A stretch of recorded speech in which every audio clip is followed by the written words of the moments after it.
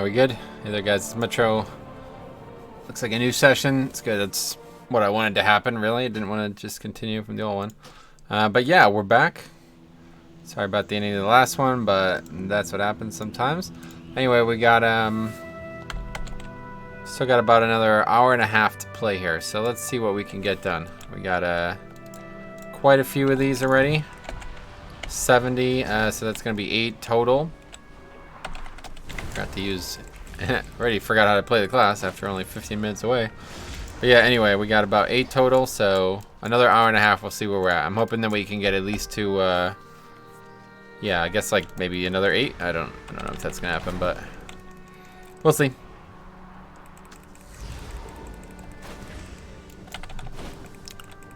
I'm not exactly sure, I kind of wish that these weren't cut into 2 because I don't have any new thoughts to bring up at the start. I always like to open with some interesting thoughts or things to bring up, but there's nothing. There's a continuation in every way from the previous one. And everything still applies. Hopefully I can keep it interesting.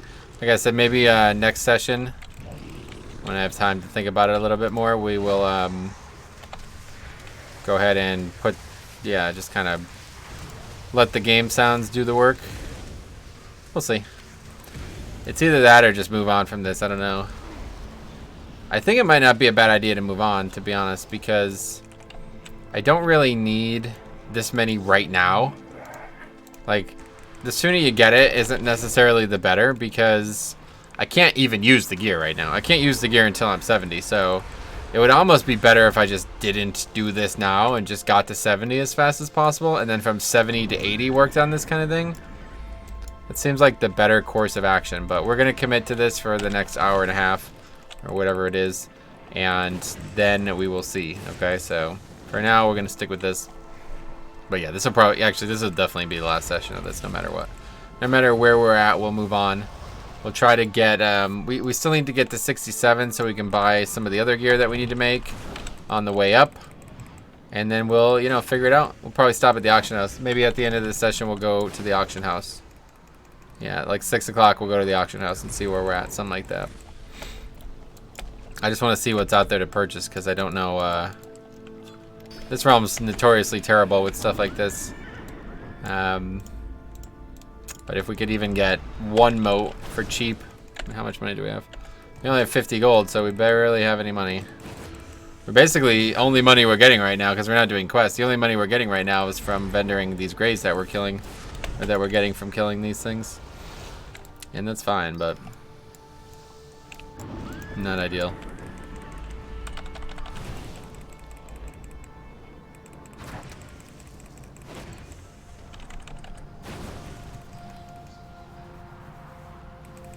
So I just saw, I don't know how this even happened. I was looking at a clip of something that was completely unrelated. Pet's dead. Completely unrelated clip. And somebody said,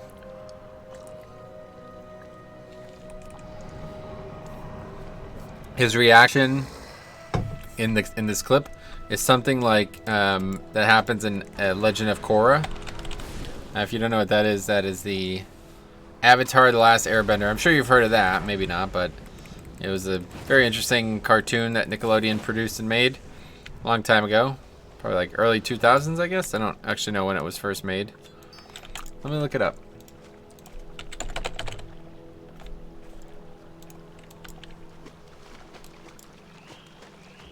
...2005 was the first when it was aired, so... And then it ended 2008. So yeah, it's probably they probably started making it in like 2003 or 4. But it's very well written, brilliant idea, absolutely brilliant, honestly. It's a very good fantasy setting too, like it's like a setting that I would love to see a video game in, honestly. Like a MMORPG or something would work really well. There have been some fan projects that I'm aware of. Well, there is one going on right now, which is very interesting. A guy's making it entirely in this game engine that's like, I don't even know what it is. It's some kind of like, I think it's called Dreams or something like that. It's a game engine, I guess not that different from RPG Maker. Much more like, you can do a lot more with it in like a 3D way. I don't know anything about it, I just heard about it. The guy's making like a fan game. Not like Pokemon ones. This is like entirely new. Like he's making a game from scratch. And anyway, we got a little bit off topic there. But yeah, well, no, that is the topic. The topic is that it's an excellent universe. Like, I love the universe. I love the reason I think I loved it so much is because I love Golden Sun so much. And I feel like they're very similar universes. Like, the games and the stories are completely different. But the whole, like, 4 elements govern this world so profusely that we... Like, in Golden Sun, you cannot complete anything in that universe without having the synergies, right? Like whatever, like however you pronounce it. You cannot play that game without using the magics in that game. It's not possible. They're that important. It's not even like, oh, it's overpowered. No, that's not what I'm talking about. If you never played the Golden Sun series, we're talking about things that are actually like, you have to use a magic that like physically moves objects. It's the only way you can do the puzzles. And puzzles where you like lift an object with your magic and all this. Like, it's absolutely excellent how they did it. Honestly, I love it. The thing is, that's exactly how Avatar is. The Avatar universe. It's the exact same way. Their magics in that universe is so like core to success and failure that it's beautiful. Like, it's beautiful to watch. And there are some of the best like choreographed fight scenes that I've ever seen in anything in that series. It's very well done. The first series is very well done. But I think the second series is even better. And somebody said, so the person who said like, oh, this reminds me of something that happens in Korra. And I was just leafing through the comments and it was like, oh, somebody said like, oh yeah, but it's not as good as the ones in the first TLA, which is the Last Airbender. The Last Airbender. And I'm thinking like, uh-oh, here we go. And it went exactly as expected. The person who posted it was like, I like Legend of Korra better. And somebody's like, oh, you're a fucking idiot then, basically. Like, all right, I no longer care about your opinion on this topic then. And it got into this heated argument where I guess I shouldn't spoil it, but I'm going to. So for some reason you don't want to be spoiled. This is minor, but anyway, the main characters in The Last Airbender end up having a same-sex relationship. And that's looked at as like, oh, I mean, it's progressive for cartoons, right? Like, kids are watching this. But I always looked at that as like, no, this is not for fucking kids. You know what I mean? Like, this is a series that was made for everybody. There's things that kids can enjoy, and there's things that adults can enjoy. And you know, that could be said for The Last Airbender too, but frankly, when I watched The Last Airbender, I was a kid. You know what I mean? Like 2005, I was young. Like, I was, what, 15, 14 at the time? So when that show started, I was not an adult yet. And I think that's important to realize. Like, so if I like The Last Airbender more, you gotta ask, do I have nostalgia from when I was a child? The answer is yes, I think. You know what I mean? Like, I think the Legend of Korra is actually better. It's a better series. The stories are more compelling and they're more real. The big difference from The big difference from The Last Airbender is that those stories were all like very, very lighthearted and like they didn't feel realistic. Up until the end of every season, nothing happened that was important at all. But in Korra, it was like watching Game of Thrones. Like, you couldn't miss an episode of that. If you missed an episode of that, you were not going to understand what happened. You need to go and rewatch it. So yeah, that's the big difference for me. It felt more like a series that an adult would need to understand. You'd need to be an adult to understand everything in. And my favorite part about Legend of Korra, actually, was the multi-bending, I guess. I don't know how there's probably somebody's got a better answer than this, I'm sure, but from what I'm trying to describe is how like these side bending styles became like a big part of the show. Like, for example, in The Last Airbender, they were just exploring it, just scratching the surface. Like, Toph found out that she could bend. Let's try to see how the best way she was able to bend steel, right? Able to bend steel. What am I doing? Able to bend steel because there's earth in steel, right? So as an earthbender, maybe I should preface more about what actually the show is. It's basically like I was describing with the Golden Sun series. Like, everybody is able to control one element. Like, a magic user is able to only control one element. That is it. Their whole lot in life is based on this one element. And yeah, to varying success, they control it. And they can do things that are cool with it. Like, you know, water benders could like make ice bridges, and rock people could make landslides, and you know, it's awesome. Like, it's very cool. I've always, oh, I'm gonna die, aren't I? Shit. Yep. Wow. All right. We just did like no damage there at all. Anyway, wait, where's my corpse? I don't actually know where I died. Oh, it's over here. Anyway, yeah, so they can do, like, think about, you know, what you can do with that. It's basically exactly like, it's many times I'm going to make this comparison. It's basically exactly like Golden Sun. Where, like, okay, well, because we could manipulate the earth, I could turn into sand particles and pass through things that are sand. You know what I mean? Like, that's one of the things that you do in Golden Sun, and that's effectively what is done in the Avatar universe, okay? But then you start to think, like, a creative mind starts to think, well, you can do a lot more than that, right? To manipulate an element of earth means that there's a lot more going on than just rocks. You know what I mean? And that's kind of what, I always felt like it was very, like, childish compared to Korra, because Korra, like, understood that at, like, a base level. Like, that was the main thing in the show, honestly. You know what I mean? Like, at one point, everybody has to deal with it. So, anyway, so Toph becomes this metal bender at the end of season 1, right? At the end of her, whatever it was, the show 1. Multiple seasons, I think there was like 3 seasons in show 1. She becomes this, like, prolific earthbender because she could bend and manipulate metal, which apparently nobody else on the planet can do. So then in Korra, her, like, family are, like, main characters.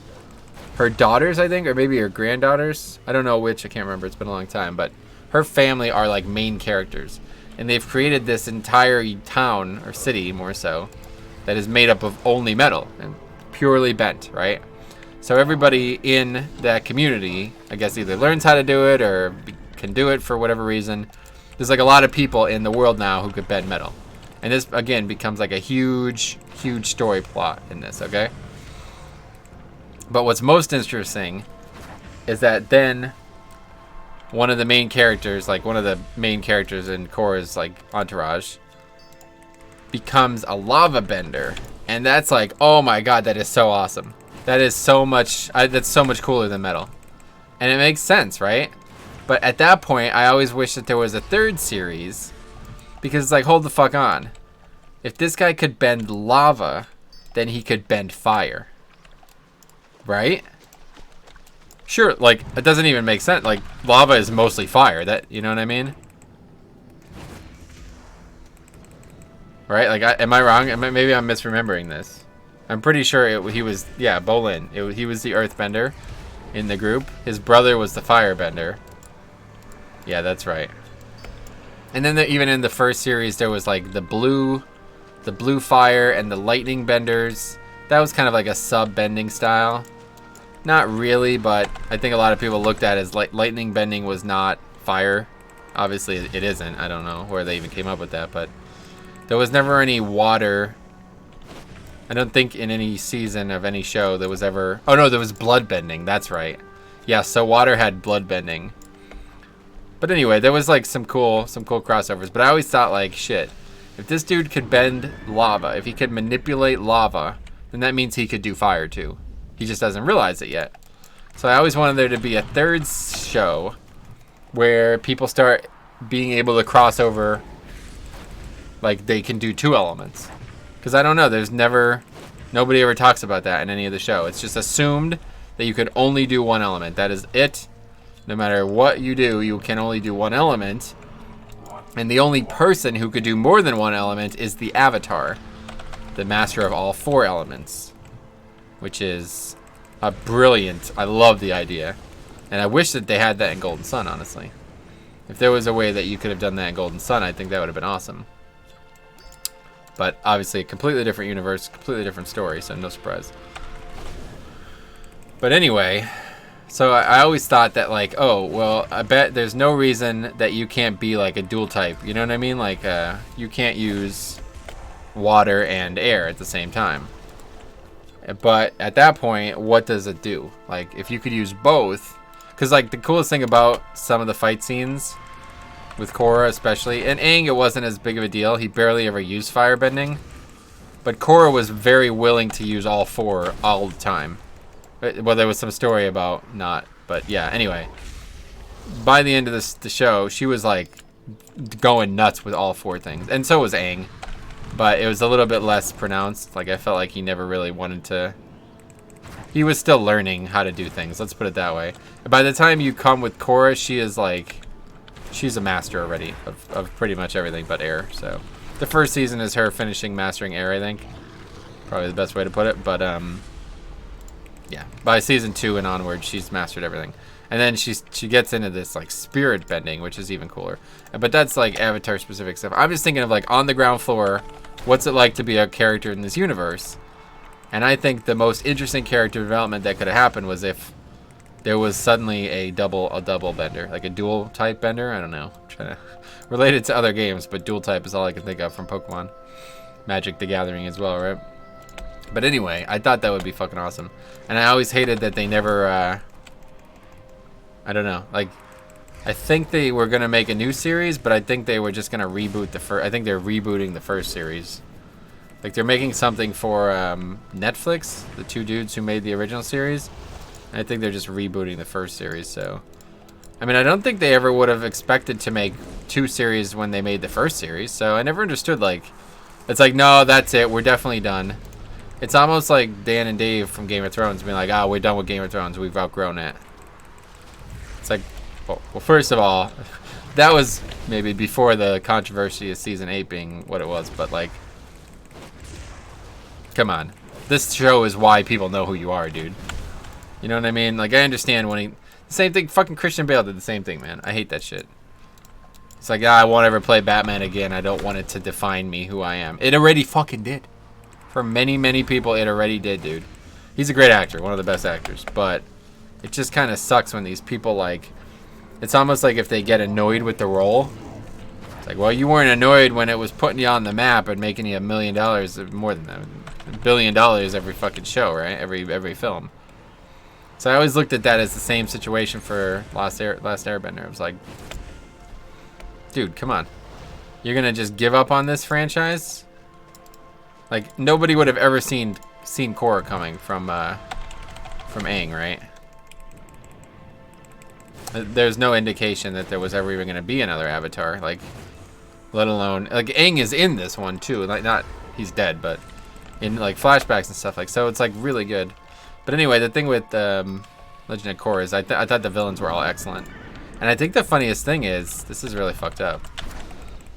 I don't know how many people even know this. But the second season's villain was a guy named Zaire. He's awesome. Some of the best action sequences ever. The dude, oh yeah, so that ultimately, that was like the sub-bending idea of air, that he could fly. He learns how to fly. And that is like the big plot point.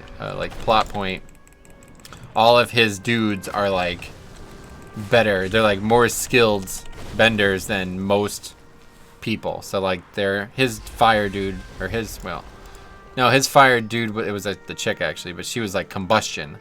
So fire was like, it had combustion as well, I guess. And it was like, you can make explosions or whatever.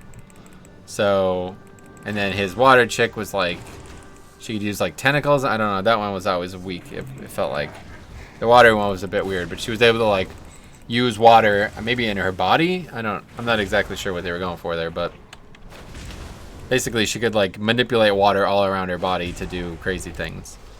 And then the earth guy was a lava bender. So that was like the first time we saw lava bending. One of the main characters gets enticed by it, ends up doing it, and he ends up doing like even better than this guy. So anyway, then Zaire's thing was he could fly, so like just legitimately hover, like he had the hover gem, let's put it that way, going back to the Lost Age. But anyway, So I always thought it was cool, like, these characters were, like, very, very powerful characters. Way cooler than any villains that were in, like, you know, Firelord Ozai. It's like, come on, that's that's just a dictator, you know what I mean? That dude was, he wasn't anything special compared to the villains that were in this show, honestly. They were excellent. All the seasons. I think there was 4 seasons. Yeah, I guess there was 4 seasons. They were very good villains. Season 1 was not good. Season 1 of Legend of Korra was not good. I didn't like it at all. But seasons 2, 3, and 4 were fucking excellent, honestly. And I legitimately, like, you know, I cried at the end of the season, at the end of the show. It was excellent. Season 2 of Legend of Korra, I don't know, maybe it's nostalgia, but I look at that as one of the best seasons of any, like, non-real, like, you know what I mean, without actual actors. It's amazing. But anyway, what I was talking about was, what was I talking about? Already forgotten.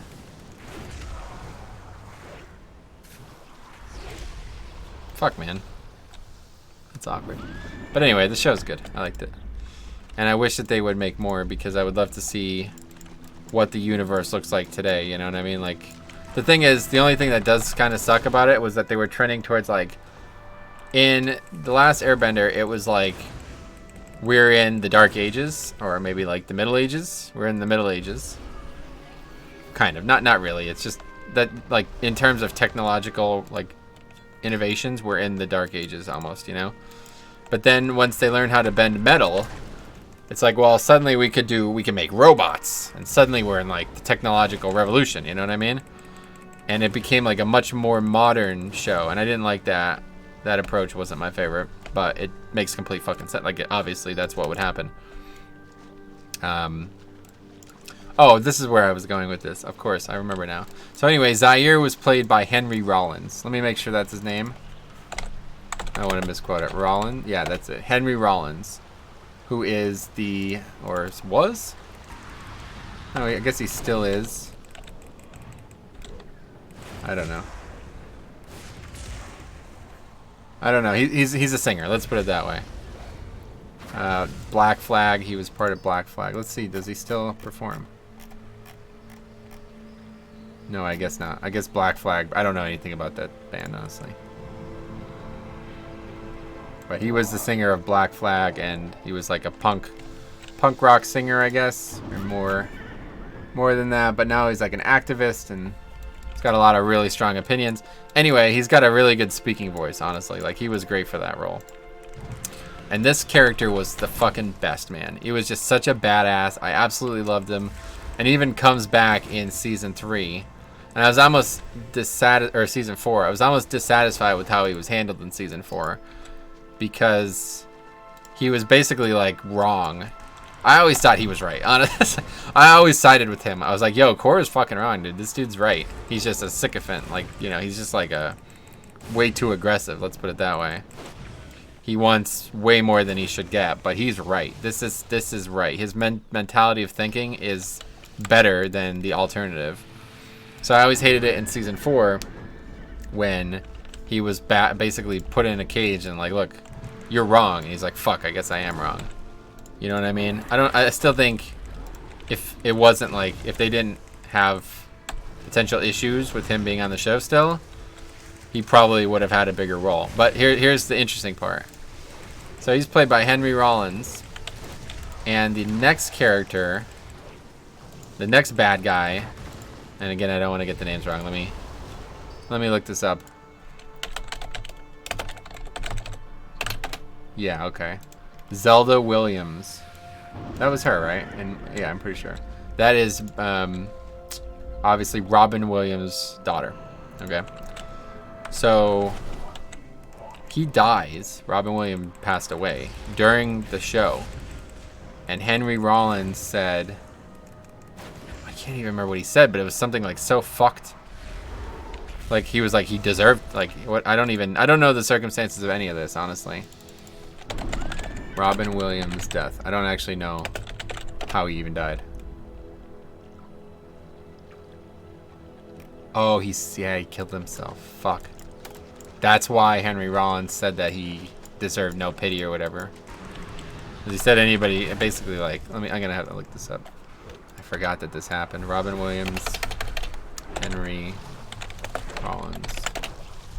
But yeah, like basically, I don't know why Henry Rollins lost respect for Robin Williams.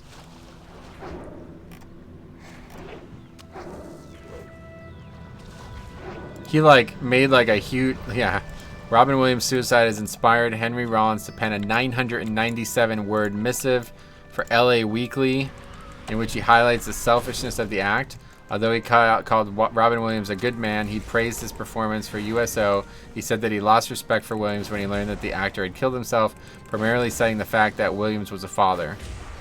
Rollins has apologized for the column in a long note posted on his website and has published another article saying he cannot defend the views he expressed originally. Well, I didn't know that part. But either way, he basically said, I mean, I don't know if they ever met, like, the two of them. But think about that. They're on the same fucking television show. And your father is dead. And this dude says, fuck your father. Fuck your father because you're alive. Like, think about that. It's like, no, you don't need to be worried. I'm good. Yeah, I don't know. I don't know anything about it. Not a fucking thing about this situation. Don't even think I do. But I just thought that that was like that could have ruined the show, honestly. Like, what the hell? You got two of your main characters in 2 seasons back to back who probably hate each other now. I don't, I would like to hear more about this, but I don't know if there's any. Let's see. Henry Rollins, Zelda Williams. I bet there's got to be something, right?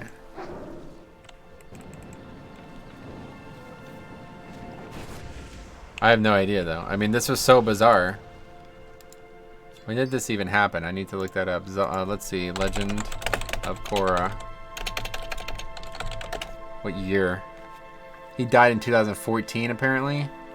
Yeah, so it was actually at the end. They're like well into season. So, you know what? Maybe I'm wrong. Maybe this happened before. Like, maybe the show was already done filming before this actually happened. It just hadn't aired yet. Filming. You know what I mean? Like, it was in production. It was like done being produced when he killed himself. I have no idea. So maybe I'm wrong about this whole timeline thing. But I always just thought it was bizarre as fuck that these two people are in the same show together and that happened. Like, think about that, man. That is so fucked, dude. I don't know of any real world, like another real world situation that you could even say that about. Like, it's just so insane. Imagine if, like, Game of Thrones, like, Sophie Turner's father. Yeah, it doesn't even matter. Because, like, Robin Williams is not, like, he is bigger than everybody else on every other show. There's nobody else out there. Like, for me to sit here and try to say, like, Maisie Williams insulted Sophie Turner's father. Nobody knows who Sophie Turner's father is. It would be a tragedy, but nobody cares. Like, you know what I mean? Like, nobody really cares. Obviously, it's a tragedy if it happened. But it's still, nobody would actually know it, that it happened. It would just be like, oh, okay. Well, that sucks. I'm sorry to hear that. I can't believe Maisie Williams would say that. But it wouldn't matter. Like, this is important shit. To say this about Robin Williams. And then to be on set. Like, I guess there's no sets. I don't know how these shows are made when they're not live action. Do they just film? Or do they just, like, they probably do all the animation? Do they do, like, all the animation before it's even a thing? I don't, like, is there even voice acting before animation? I don't think so. Probably make the entire show, write the script for it, animate it like the script's being said. I assume, or maybe it's the other way around. Maybe they do all the voice acting first. Because, like, what happens if the voice actor says a word wrong? I guess they can't. They have to do it exactly. Like, if something gets said wrong and then they have to change what the character looks like they're saying, does that matter? Oh, what's this? Alright, welcome. Welcome to war mode. It's the first time it's happened in a while. Anyway, but yeah, I don't know how any of that works. But anyway, I just thought that was absurd. And like that, what we've talked about here today, like the way season 2 goes, the characters in season 2, 3, and 4, like this is excellent. It's a very, very well written. It's just as good as anything else from The Last Airbender. But the difference was all of it's like connected and it's much more real. Like it's way more important. The characters are so much more important for each other than anything else. Like, it's not even close. You know what I mean? In the last Airbender, it was basically, there was only one villain all 3 seasons. That's kind of aggro, isn't it? Yeah.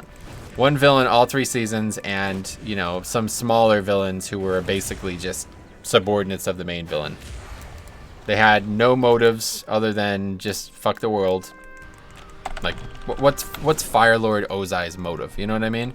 He's just a bad dude who's trying to take over the world. That's it. But Zaire's motives were, like, that's shit that you don't see in cartoons, man. That was fucking crazy. And still to this day, one of the best animated scenes I've ever seen is when Zaire fights... what's the guy's name? I can't remember. He's played by J.K. Simmons or whatever. Is that the dude's name? J.K. Simmons? Yeah. Tenzin. That was so good. It was unbelievable, man. Tenzin versus Zaire. This has got to be one of the best fight scenes in any animated thing I've ever seen in my entire life. You should look it up.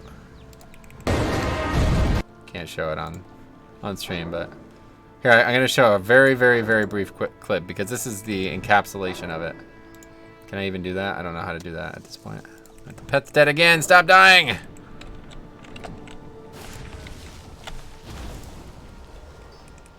think I have it. Window capture? Nah.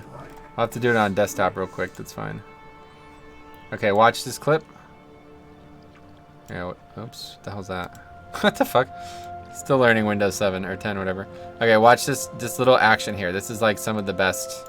This is why it's great. Watch this. Boom, look at that. So look at this. This is insane. This is like... So they're both master airbenders, right? One's better than the other probably, but they're both very, very skilled. So he's like...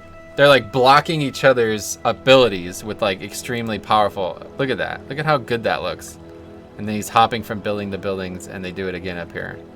Look at that. That is just insane. It's not good because it's low quality and it's on the stream. But if you saw that at like the full quality that the show had and with sound and live, it's insane. It's very good. That fight is one of the best fight scenes I've ever seen in anything. And as good as Avatar was, I feel like The Last Airbender was, I feel like it got carried by its music, honestly. Its music, and it's like almost it had like a very pure sense of self. Like there was no corruption in the characters. There was no ulterior motives. There was no strife between them. The most there was like, we don't know what to do. That was the most. It wasn't like Game of Thrones where like the characters are constantly at each other's throats. You know what I mean? It was pure. Like they're friends. They're always going to be friends no matter what happens. They'll get along, and you know that these 4 characters or whatever are always going to work towards the same goal. But in Korra, it wasn't that way at all. It was like, you don't know.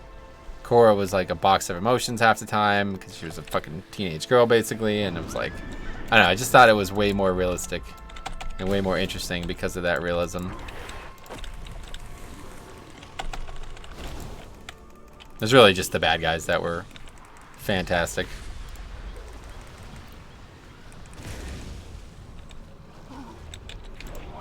They were called the Red Lotus as well. Zaire's crew.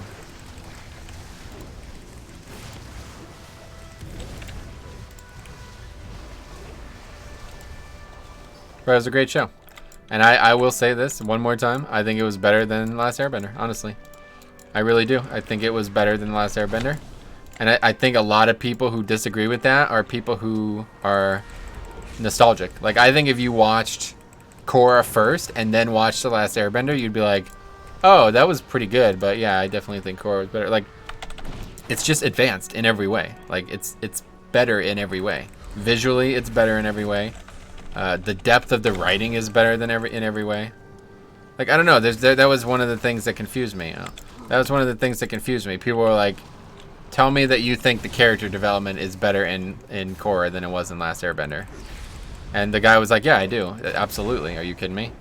And somebody was like, He basically like wrote the entire show off because at the end they enter into a same-sex relationship. It's like, are you retarded? Like, you're actually like, the first guy who was supporting Korra was saying that the other guy was a child and he would understand things better when he was older.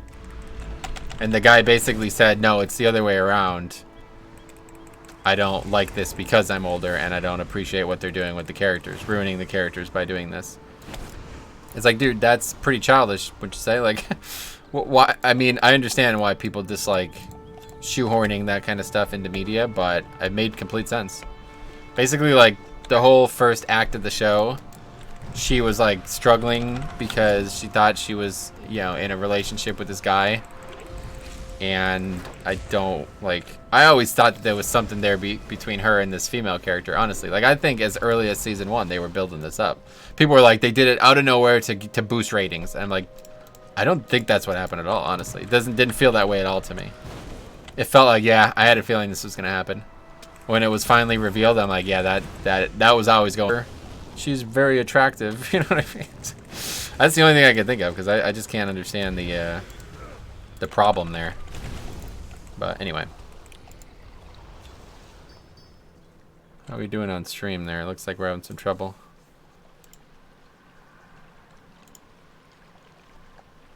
Hold on, I just want to check this.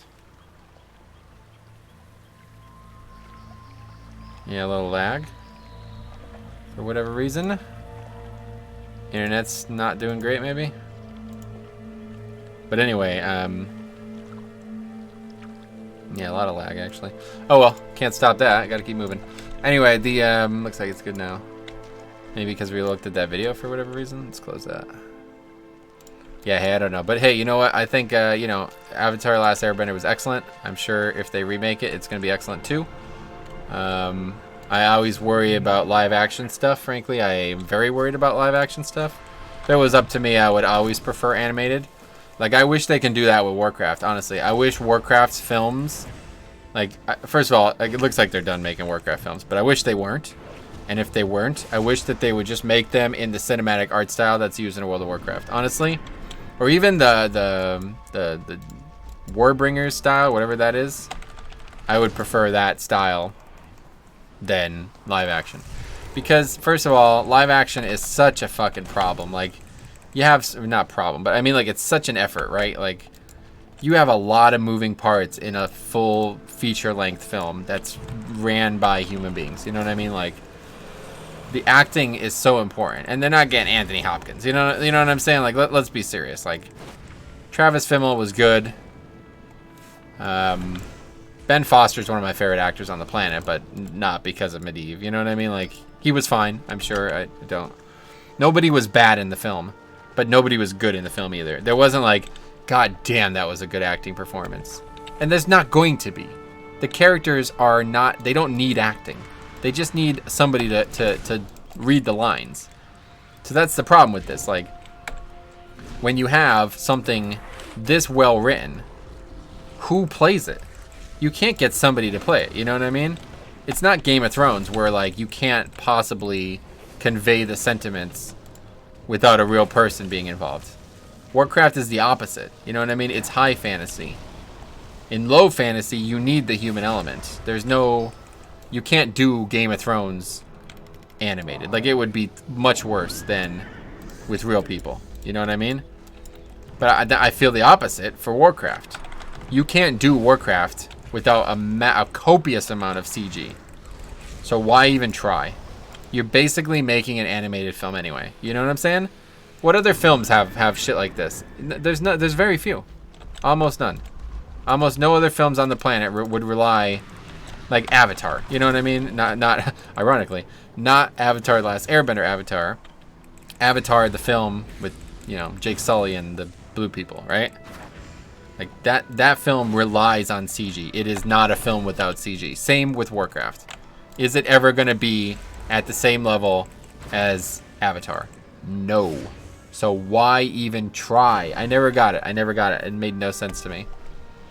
Even Lord of the Rings is more low fantasy than high fantasy, right? And that was a fucking massive endeavor, right?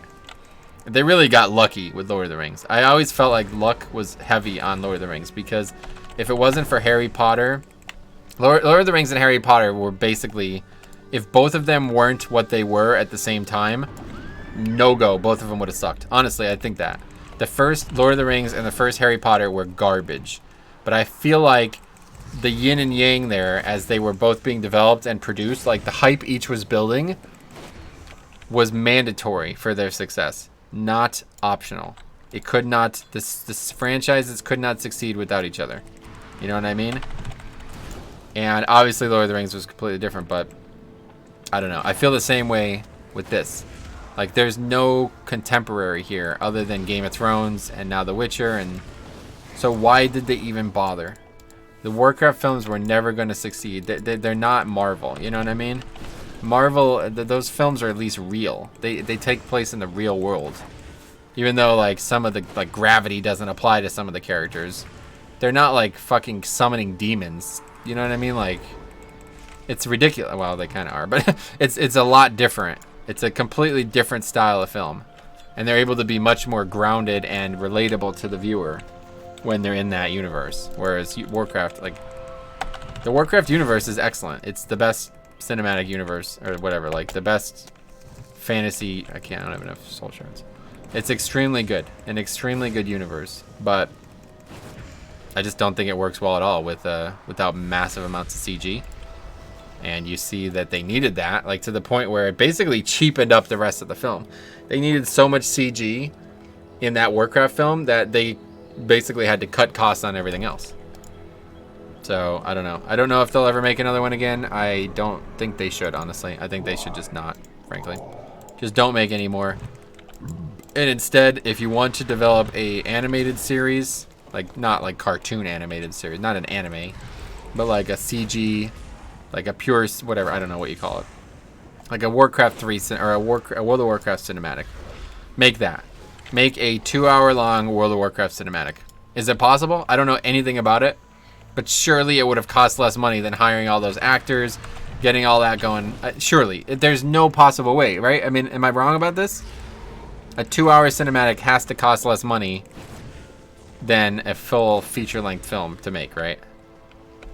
I don't know. Maybe I'm wrong about this, but that would be my my preference, because there's so many stories to tell and they're not well told at all in the game. Like, so I always bring this up. My boss, the guy I used to, well, I haven't worked with him in a while, but the guy I work for / with, he loves the Warcraft film. He never played World of Warcraft. He never played Warcraft 3. He doesn't know a thing about the Warcraft franchise. He saw the film and he genuinely loved it. He wanted there to be many, many films. And I was trying to explain to him, I'm like, listen, if there was going to be many, many films, this is the worst possible story they can tell. You don't understand how much there is in this universe. You do not want to hear this story. If you heard any of the other stories from World of Warcraft or Warcraft 3 and 2 and all that, this is the worst possible version of the story. The only reason they started with that was because Warlords of Draenor. I have to believe one of the two was married to each other. I don't know which. I don't know if Warlords of Draenor came out because of the film or if the film came out because of Warlords of Draenor. Either one is perfectly logical. I don't know which. But there's no way that film happens if there wasn't the game supporting it. There's no way that film happens. It was the worst possible story of I mean, we got potentially millions of hours of stories to tell. And they told that one? Oh, we dinged. We got create so well. That's useless. But that's what they chose? Like, are you kidding me? Out of all the possible stories, you chose that one. And like I said, the only reason they did that was because they wanted to set up these characters. But I don't even think they did that well. Like, Grom was basically cut out of the film. In my opinion, he's the main character. Like, Terran Gore, like, you know, these characters from Warcraft 2. I don't know. I just don't really understand the whole Warcraft 1 and 2 lore. I have to, like, pay more attention to it. We were just talking about this yesterday in yesterday's session, but I still don't really understand it. A lot of the characters that are in Warcraft 1 and 2, I don't know. I think what I would expect to learn is that they are bastardizations of what they became And WoD, you know, Warlords of Draenor was like, let's give them the credit they should have gotten. Like Ner'zhul and Gul'dan and all these characters that die regularly, like I'd say relatively regularly in that series. Like Gul'dan's death in World of Warcraft was way fucking cooler than Gul'dan's death in the Warcraft RTSs and whatever media associated with it, right? Does anybody disagree with that? He was the fucking last boss of one of the craziest raids ever, and his death allows Illidan, who was another main character, to come back into the game properly. That is the best death that that guy could have ever gone. I just think it's like unparalleled. So the stories aren't told well in the early games, and I think they could easily retell them in a way that is perfectly cohesive with World of Warcraft. And like that's even something that they were trying to do with Warcraft 3, right? Oh, is the CD not up? Oh wow, it's not even close to up. That's fine, we'll just pull some. Anyway, I think that's something they were trying to do with Warcraft 3. Like by remaking some of those maps and the art and stuff for them, they were able to make like Sylvanas look more like Sylvanas in World of Warcraft. So it's like, oh, this character is clearly Sylvanas. This character is clearly Jaina. They look like they do in all media now. This is what they look like now. There's no differences. So I could see the same thing being said, like instead of books, make movies. Films that are entirely animated, pure CG, or whatever else is needed. Basically like the Warcraft 3 cinematic. Or, I keep saying Warcraft 3, but I mean World of Warcraft cinematics. Like Sarafang's death. That is a masterpiece. That's probably one of the best fucking things that was ever created in that type of style. Like, what else? I don't know. It's a masterpiece. Those characters are brilliant. Thrall being involved. Sylvanas's, like, even the facial expressions, just fucking brilliant. And I showed that to him, and I couldn't make him understand who these characters were. Like, Sarafang is technically alive in the plot of Warcraft film, but he's not featured because he wasn't a character back then. And Thrall is the main character, basically, of what would have been a Warcraft film franchise. But, like, he doesn't know anything that's happened to Thrall. You know what I mean? So I'm showing him these orcs, and I'm telling him all about them, and then they just get destroyed by Sylvanas. And I'm like, he's like, who the hell is that? I'm like, fuck. Because to tell him who Sylvanas is, you can't just say, like, oh, this is Sylvanas, she's the blah, blah, blah. You have, in order to tell him who Sylvanas is, you have to tell him who Arthas is. And just, that's not possible. You know what I mean? Like, you can't do that. Draenei Paladin. 87. You can't say like, oh, Arthas, yeah, let me just tell you a little bit about him. Like, that doesn't work that fucking way. That is the best written, I honestly, Arthas is the best written character in any fantasy. Just gonna say that out loud. I mean, why would I not? Arthas is the best written, let's say best written villain in any fantasy. No, I don't even have to think twice about that comment, honestly. I don't have to think twice about that comment. I am fully on board with saying that. He's the best written villain in any comedy, in any fantasy. It could have easily been a Game of Thrones villain. Like, it depends on if you consider Cersei and Jaime a villain, but you know, after hearing George Martin basically say that one of the inspirations for Arthas, or one of the inspirations for Jaime Lannister was Arthas, it's like, okay, well, fuck, even this guy who just made this insane story agrees. You know what I mean? Like, come on, man. He's one of the best fucking villains ever written. And he's not even a villain. Like, I don't even look at Arthas as a villain. I look at what Arthas and Garrosh went through as not villains. Like, they shouldn't be looked at as villains. They were just in really shitty situations, and they let the shitty situation win over their life. And it's with Arthas, it's like you can't even blame him. You know what I mean? The dude was obviously a little crazy, but other than that, what would you have done, man? Fuck it. You know what I mean? Your entire, like, everybody around you is getting killed and turned into the enemy. What the fuck? What else option is there than doing what he did, man? It's just the Lich King, like, the blade was, it was always going to go that way. You know what I mean? They were fucking with him the whole time. That is definitely aggroing. How did that not aggro? Let's kill one, see what we get. But I don't know. Arthas was just excellent. So like for me to sit here and try to say like, man, it's just impossible. They need to make a film about Arthas, right? They should have made a film about fucking Arthas. I don't know why they made the film about those, like, it's a good story, but it doesn't start getting good until Warcraft 2, right? Like, Warcraft 1 story is terrible. There's just nothing going on there. It's characters that are only important because they get used better down the road, like Garona. In Warcraft 1, like, I don't even know, I never played Warcraft 1 or 2. Literally don't know a thing about the story, never played the game. The game looks terrible, I can't play it. If I was ever going to play it, it would have to be in a recreated scenario for Warcraft 3. I could not play a game with that graphic style. But anyway, what I saw from the Warcraft films, Garona, was like, it was like, oh, you're basically just trying to turn her into the character that she becomes in later versions of the game, right? Like, in the early versions, she was nothing. I don't know. I don't know even what I'm saying at this point, but my point is that those characters don't become great until things get really developed, and I really wish they just started in a more developed state. The problem is, if you want to start a cinematic universe, you can't start in the middle. So I think that's genuinely the fucking fool's errand that they were trying to embark on. I think they genuinely thought, well, hey, Marvel's doing really well. We can do this even better. Like, because literally, there's more. Like, if they were able to do what Marvel did, it would be way better. At least in my opinion, because I'd prefer it, but the Marvel characters are like so fucking black and white at times. It's so goddamn boring. Like, you know exactly, other than in, I still haven't seen Endgame, which is crazy, but I still haven't seen Infinity Wars and Endgame, whatever, the last two films.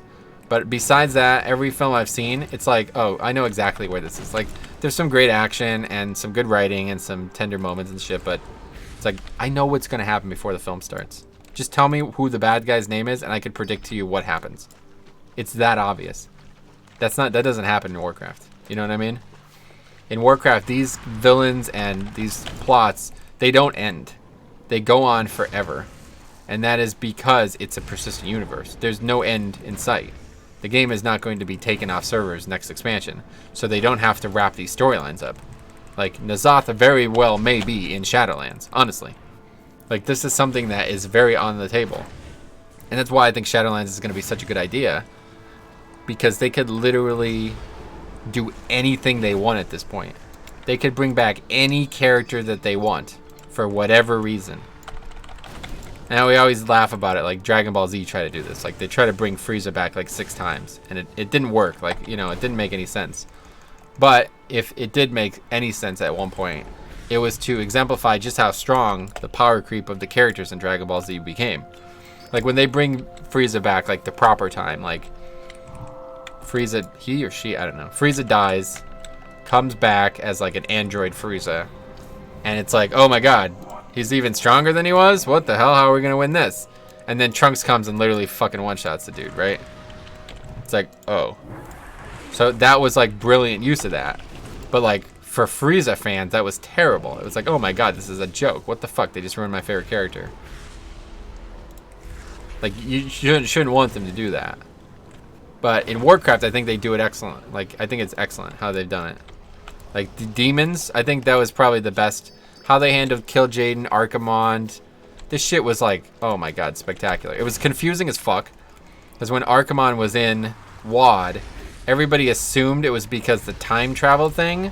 But they had to come out and confirm that that is not why he was in WoD. It is because that he cannot be killed other than in his, whatever, the nether or whatever. I still don't really understand it, but that's why Archimonde was in WoD, right?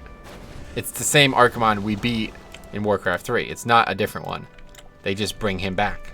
And same thing with Kill Jaden. That is one Kill Jaden. Every time he loses, he can come back. So I love that about that, because those are transcending characters, and that's what made Legion so good story-wise.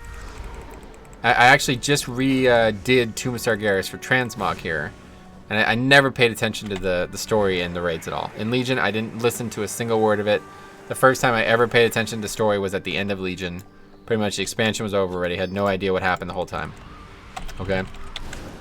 And I listened to what they said in the raid. And Illidan is like, he brings up the best point ever. This was so well written, this part in the raid. After you beat the Avatar, which is like one of the best, like visually, it's one of the best fights like ever. You beat this insanely like important and visually spectacular fight, and you confront Kil'jaeden, and you realize that the portal that they've used to reinvade Azeroth is now right in front of them, and they can close it and stop this expansion here. You know, stop the entire storyline that's unfolded here.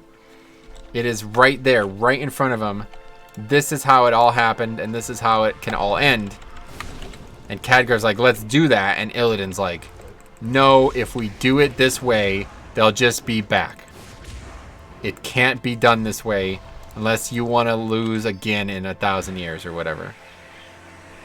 And it's like, wow, that is the smartest fucking thing that any WoW character has ever said. And that is why Illidan is such a great... Illidan and Arthas, two of the best written characters in any media ever, if you ask me. But anyway, Illidan's a little bit more edgy, so it's a little bit cheesy. But this in Legion, it's the opposite. Arthas, or Illidan, was like, he took the cake. He was amazing.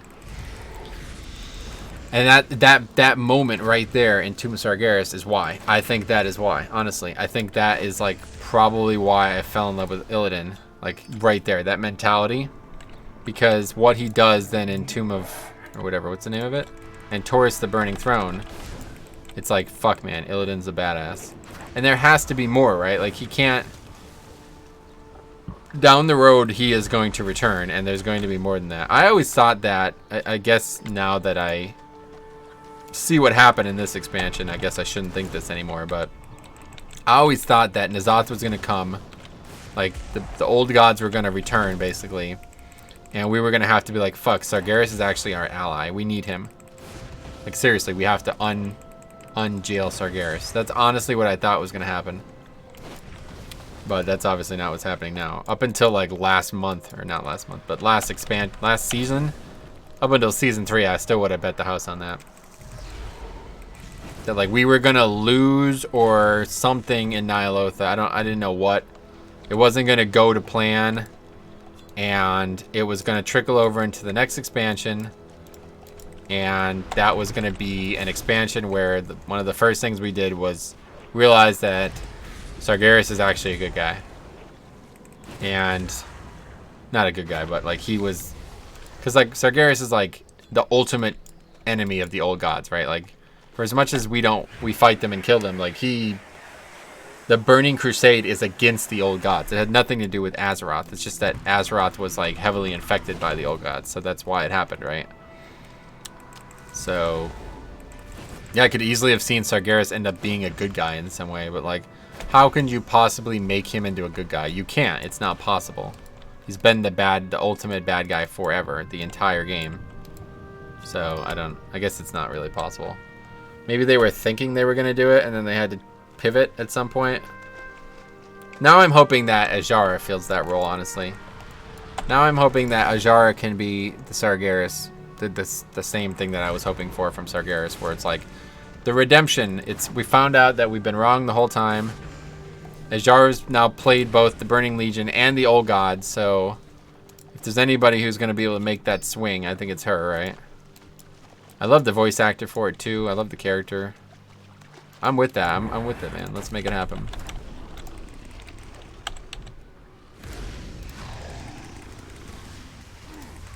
I don't think it's going to happen, though.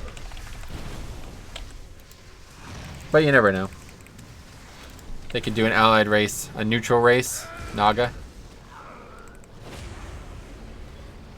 But they've already done, like, Nazjatar is out now, so there can't be a fish expansion, right? I mean, that's out. And we basically done the Old God expansion in Ny'alotha. That's one of the bigger complaints that everybody makes, is like, oh, they squandered Ny'alotha with this raid. But I don't think they did. I think they did an excellent job with Ny'alotha. This raid is absolutely spectacular, especially visually. And I know a lot of people weren't satisfied with the story and how it unfolded, but I think Wrathion being a big part of it was more important than anything else. Like, frankly, it's more important than anything that happens with the Old Gods, because Wrathion is like he's an extremely important character development-wise. He was going to... I feel like he was supposed to play a big role in Legion. And for some reason, they pulled out on that. And then he ended up playing a big role in Shadowlands instead. Or not Shadowlands, but, you know, whatever. Nyalotha. It's like turned into a podcast, I just realized. Been streaming for an hour and we've just been talking about completely unrelated things. But I don't have anything to talk about in the game, but... it's interesting.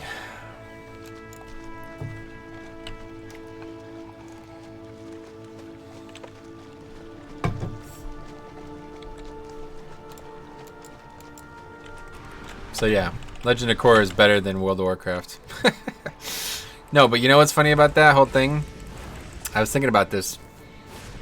The whole like Zaire and I don't even remember what the other chick's name was. But anyway, Zelda Williams and Henry Rollins thing. It's not, this is not even close to the same thing, but I feel like it could have impacted the show in a way that I've only ever seen happen on Boardwalk Empire. Anybody ever watch Boardwalk Empire? It's a very good show. I love it, mostly because there's a lot of Italian-American roots in this area, and it's an interesting storyline anyway. But I thought that they did a great job. The concept of it is much more interesting than your typical mob flicks, because it takes place in a time before all these characters become who they are. And I thought that was genius. But anyway... in Boardwalk Empire, a very bizarre thing happened, and it's a sad story. It's not a good story here. Lewis Kester, I believe the character's name was, the Commodore. He was kind of like Nucky's boss, all right? He was responsible for, like, the building and creation of Atlantic City, the Boardwalk Empire. He built it, and then Nucky took over, I believe, because... the Commodore was in some kind of legal trouble or something. I'm not exactly sure. I need to rewatch season 2 to understand it, because it never made a lot of sense to me why all of a sudden everybody was against Nucky. But basically, the Commodore was like, this is my town, and now that I'm in a position to retake it, I'm going to retake it. And that was meant to be the plot. That was meant to be season 2. The Commodore takes over, retakes over from Nucky, and probably... you know, I don't know. Maybe he was always going to die. I don't really know. I don't know what was going to be next for that character, but that was season 2, okay? And then part way into filming, probably not far into filming at all, actually, the actor who played the Commodore had a stroke, I think. The character has a stroke. The actor has a heart attack. I don't know. It was something like this. And this caused him to be unable to speak. The actor could no longer speak. It was not permanent. He's fine now, I think. But he could not speak for weeks. In the middle of filming. Like, I'm talking about the worst possible time. And I think the people who were making it, like, even pleaded with HBO, like, yo, give us an extension on this. And they're like, no. You have to go with what you have, which is fucked in its own way. But anyway, yeah. So this basically changed the show. I mean, it literally changed the show, because if you ever watch season 2 of Game of Thrones, Boardwalk Empire, you will know that all of a sudden the Commodore falls into poor health. I mean, it does make sense in the show. They do a good job making it make sense, but he falls into poor health. And he becomes basically incapable of doing anything. Like, everybody turns against him because of this. Like, all of a sudden, the leader's dead, so that's it, right? Like, game's over now. And his son, who was supposed to be a main character, gets killed in season 2. And I think because of it. Like, I think they had some big story written for Jimmy. And it's, like, just gone now because he's got to be written out of the show. So what else is there to other than, I don't know. Like, I have no idea what, maybe they were always planning this. Maybe this is exactly what they wanted. It's just the steps to get to what they wanted didn't work out. That's possible. But I don't believe it. I think that they had to completely rewrite the entire show. And they ruined the show. Like, honestly, they ruined the fucking show. the character development between those two, Jimmy and that was it, right? Jimmy? I don't know. It's been so long since I watched that show.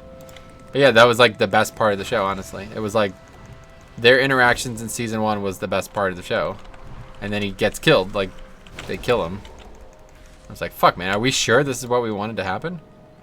I always felt like the answer was no. So that's another interesting, I mean, this is not even close to the same, literally, it's completely different in every way.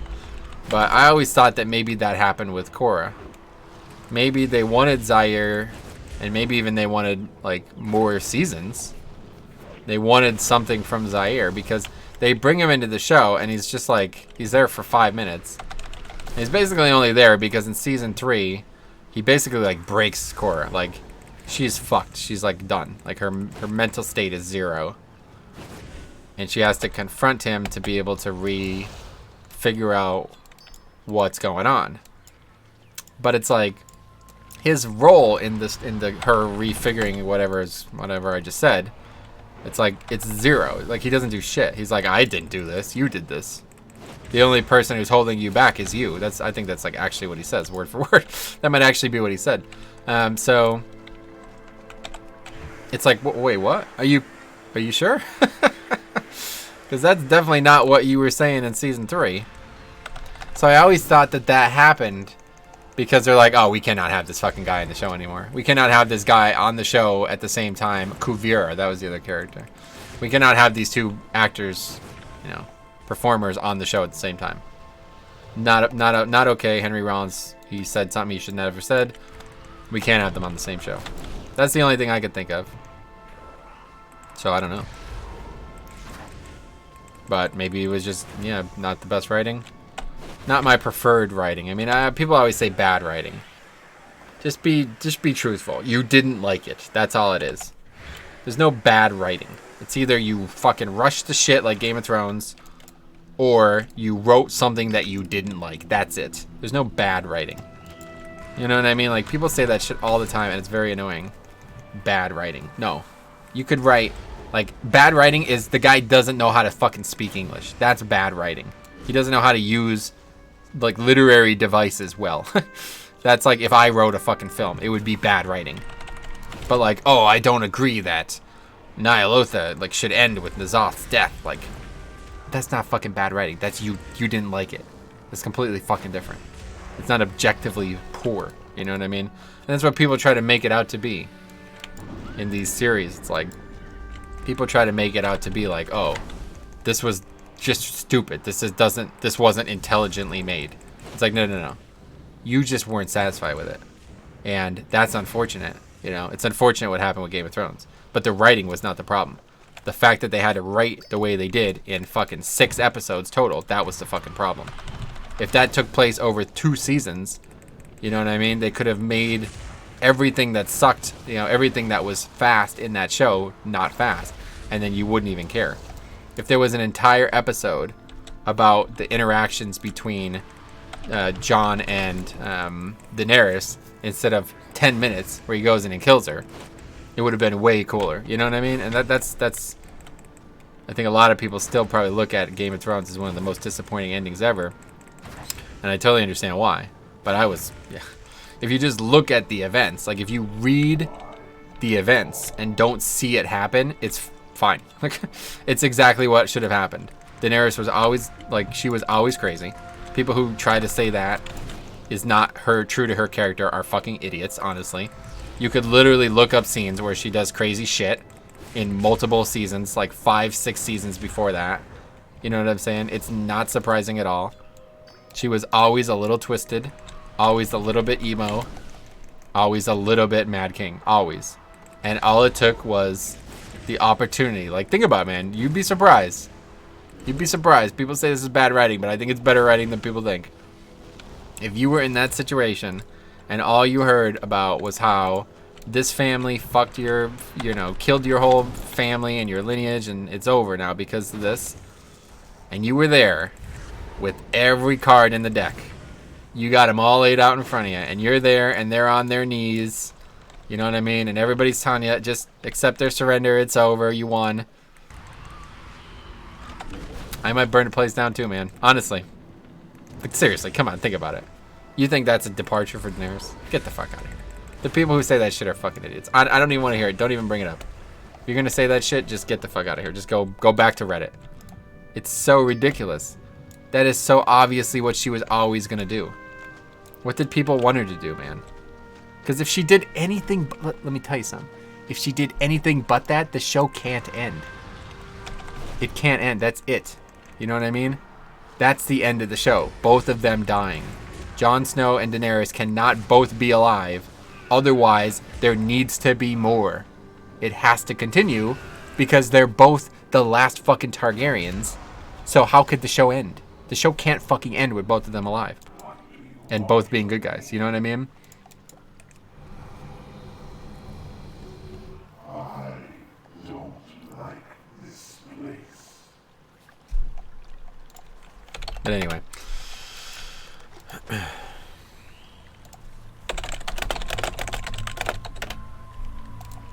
Okay, so anyway, we got about 30 minutes left. I don't know, we'll see. Now that I've gotten all that out, I don't know what else there is to say.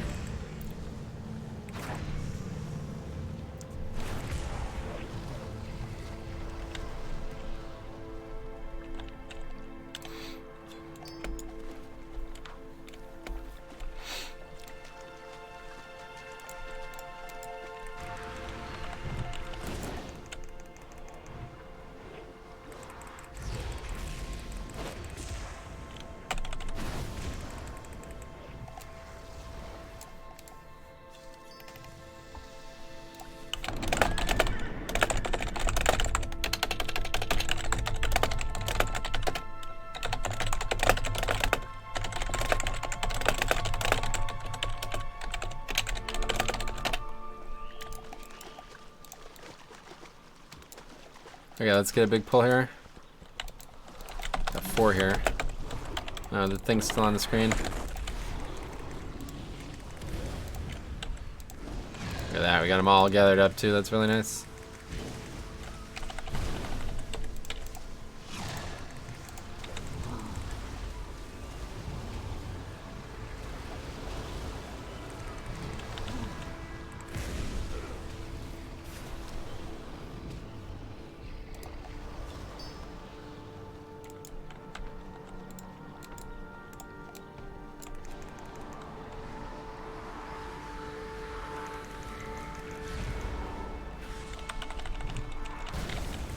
How many things do we have? Oh, 119. My bags are about to be filled. I think we'll clear out. We'll get to that side, and then that's going to be it. I'm going to run. We're going to go to Shatrith. Oh, I don't have a pet out right now. We're going to go to Shatrith. We'll hang out in there for a bit, and that'll be it. How... I didn't notice what level we are. How are we doing on leveling? We're probably on our way to the level that we need to be. Not even close. Wow.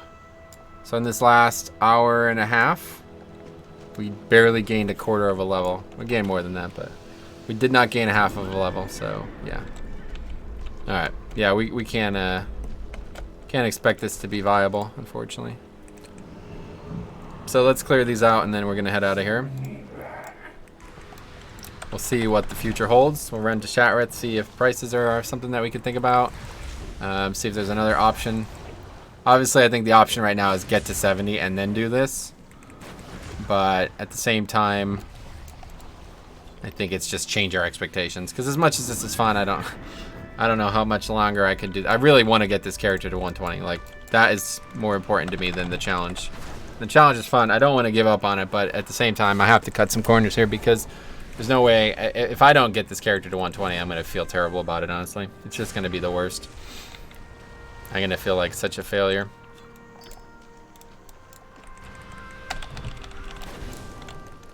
%, experience boost, and every fucking possible thing went right. Like, you know what I mean? No work for over a month. 100% experience boost. Everything that could have possibly went right did, and we still can't do it. That's just ridiculous. Okay, so let's make, we're gonna have what, 13? It's not nearly enough, but let's just go. Even if we only make 1 item with these, that's fine. I think that's actually what we can make. It's 1 item, right? We can make the chest. Where is it? How do we get back up this way?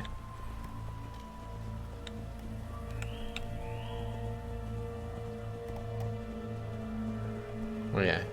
Frozen Shadow Eve. Oh no, we need 3 more even just to make this. And then we need 14 Shadow Cloth, which means we need 14...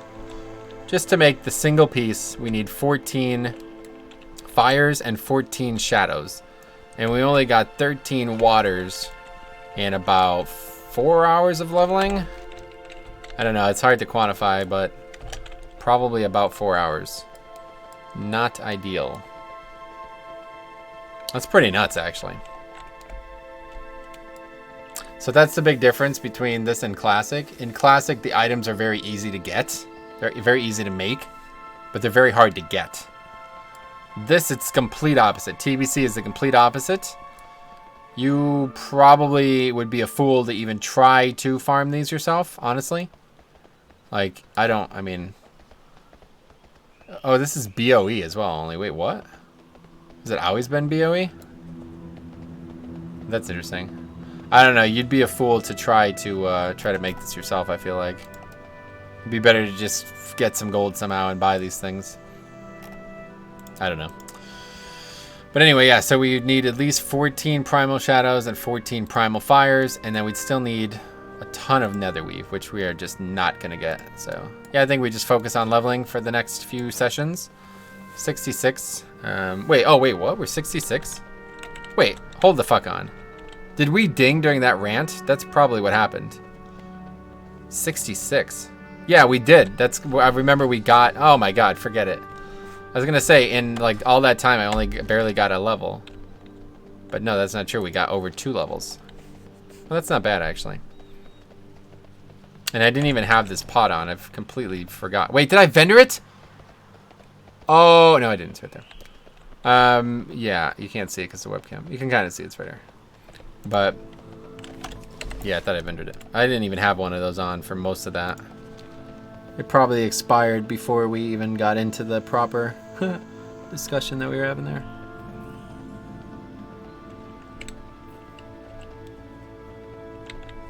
Anyway, so I think from now on we'll just focus on leveling. If we have to buy, I don't know. We'll see. I just don't want to like send money over for my Death Knight to do this. That's the thing. These prices are not realistic. They're really fucking expensive, some of this shit. So it's either farm on an alt, like a max level character, spend the next, 10 hours leveling slowly just to get these things and being really bored, or, I don't know, buy it. I don't know. I'm not really sure what other options there are.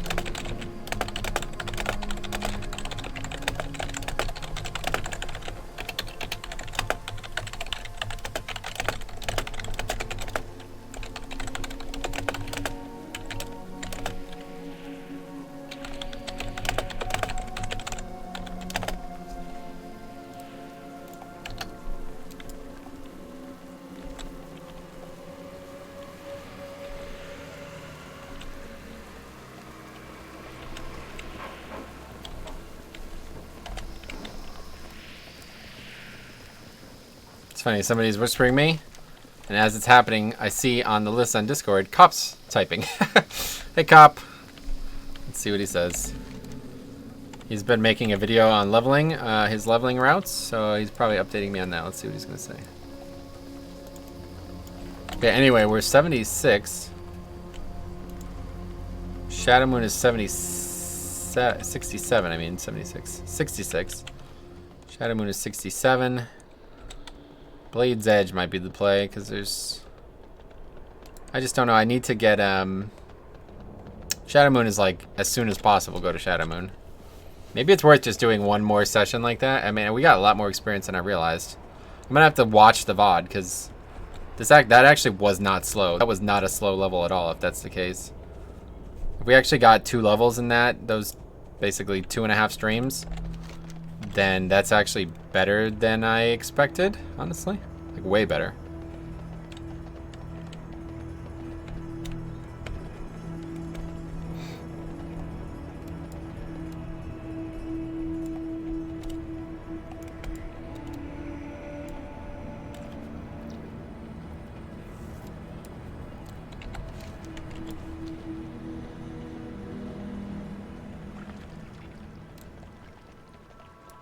Oh yeah, I was gonna go to Orgrimmar, but there's actually an auction house here. I forgot about this.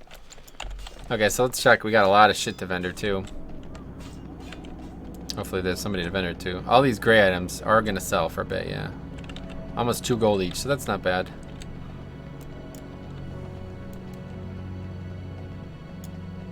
Alright, let's check the auction house. First of all, how much are these? 500 gold each. Like, that's a joke, right? There's only 15. These are 65 gold each. So that's out. Let's see, just say Primal in general and see. Primal Nether are somehow the cheapest, which is ridiculous. Primal Life, 250. Primal Fire, 650. Yeah, so this is just fucked. These prices are not, they're not acceptable. Although somehow Primal Mooncloth is less than the actual... That's interesting.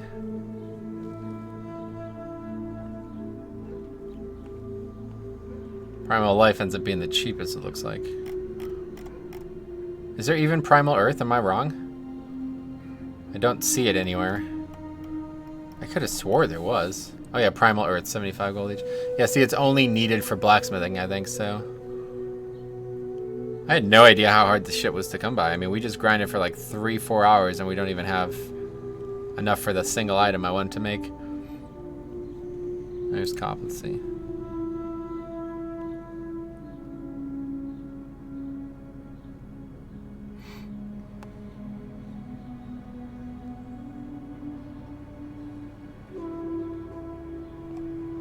Yeah, I posted a thumbnail. I'm gonna reply to him after this. It's good. Anyway,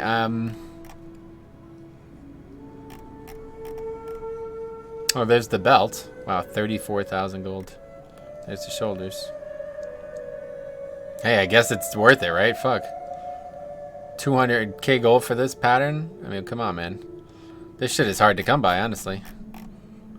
We might end up making money here if we did this. Maybe we just stick to this and just try to make mad money. That might be an option. Just make the belt or make the robe and sell it instead of wear it. Anyway, let's vendor. What do you seek? We got some greens to disenchant. I don't know what these things are. They're classic materials, I believe. 90% sure. Oh, a dagger that we haven't gotten. There's no way, is there any way for me to know if I have it on my account? Other than look at it, I guess. Another green, a lot of greens. Like the transmog itself, is there a way, because it only shows if the character that could potentially put it on. Like all of these things are BOE, so I could send them Keep your wits about all over the place. Those are terrible looking though, so I literally don't care if we have that or not. That is interesting, I guess we'll put it on. There's no reason not to put it on here because the problem is once I equipped it, then I can't disenchant it. So I think it's more valuable for this this playthrough to disenchant it than to send it over to my DK or something. Maybe we could sell these essences too. I don't know.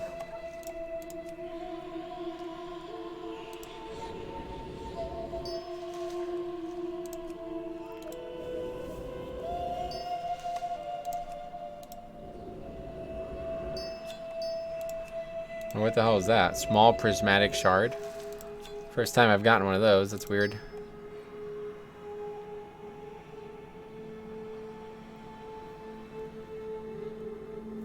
I don't even know what those are for, to be honest. And what, you can't sell these? I have one-of-a-kind items. I literally don't know what that is either.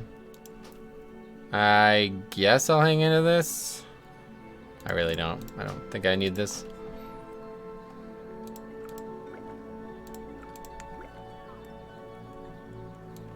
Okay, let's see. Maybe we could sell some of this shit.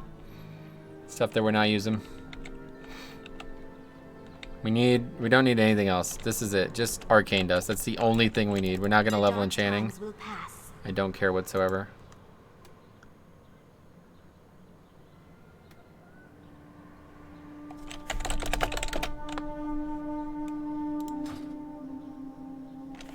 Here, let's see if we can sell these. We have exactly 6, so maybe they'd sell. Looks like that's a no. Whatever. If they sold, it would still be fine. Wow, this shit's selling for nothing now. Not a penny. Small brilliant shards.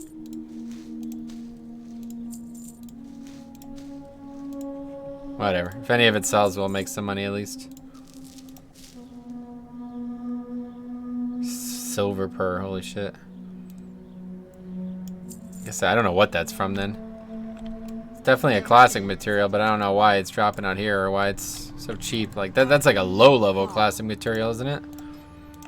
Let's see if we can't sell the. So put it up. I don't think I'm ever gonna need any of this stuff, honestly. There's no reason to have rune cloth, right? Am I wrong about this? Oh, the fuck on. Of course I need rune cloth. We're gonna go back to TB Classic eventually, so. Mage Weave I don't need, but rune cloth I need. Okay, well, that's about it. Yeah, we can't purchase anything. There's nothing that we can really do. So I don't know, we gotta brainstorm here. Gotta figure something out. Other than trying to sell the stuff ourselves, but that doesn't help us. State your business. We could sell them. If they all sold for 6,000 gold. Doesn't really help, but 6,000 gold. If we had 6,000 gold, what would we be able to do? Could we buy anything? Let's see. Frozen Shadow Weave. No. 56,000 gold. So yeah, no.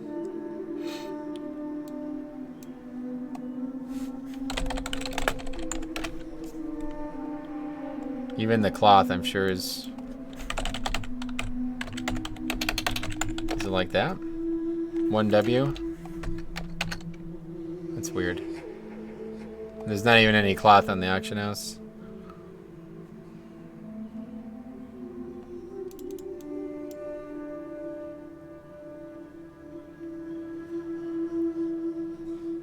What's the other one called? Spell cloth?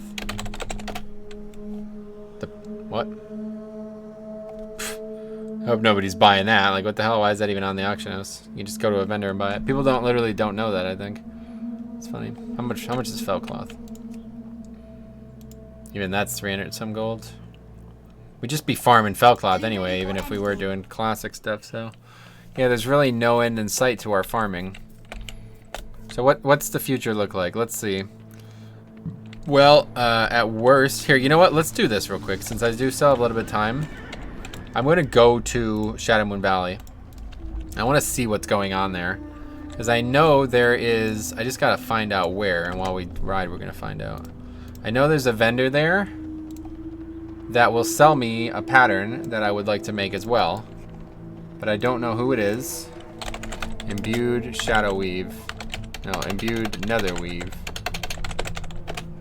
And I don't know why he would not be able to sell me. Like, do I have to be 67 for him to sell it to me? Maybe not. That's the main reason I wanted to go here. Imbued Netherweave Robe, let's say that. Let's see. Where you get this from? You get it from, Top Buy Imbued Netherweave Robe Pattern. And that is from Armand. A dude in the middle of the zone, basically. He's a blood elf. He looks exactly like my paladin used to when he had dark hair. Let's kill one of these just in case. Might as well. since we're here.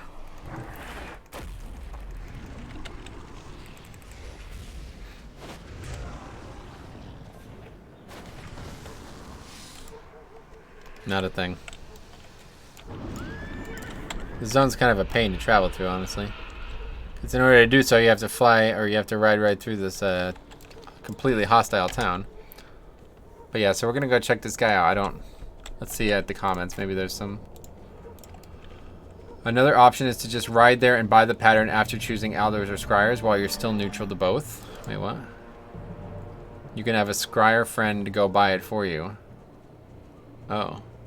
This is a Scryer vendor. But because I'm Horde, I'm neutral to Scryer. Is that enough? Or I'm friendly to Scryer? I think. I think as Horde, you start with one over the other, right? Yeah, no, neutral with both, actually. Wait, no. Neutral with only the one. The Shatar, that's something else entirely. So yeah, neutral with them probably means I'm good. As it says, when you're still neutral to both. Yes, that's a good option.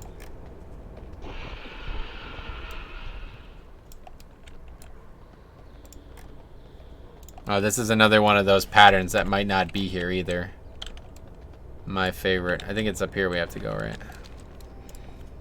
If anybody, not that anybody would have watched it yet, but when I was doing the blacksmithing challenge, I had to keep delaying making episodes because every time I'd log in, the pattern wasn't there. And I was like freaking out about it. I'm like, is there somebody like trolling me here? Like, how is this possible? It says it's a 30-minute respawn and it's been like 3 days now. There cannot be somebody who is constantly coming here and buying this every 30 minutes and I'm just somehow not able to get this. It's funny. I don't know what ultimately ended up happening, but...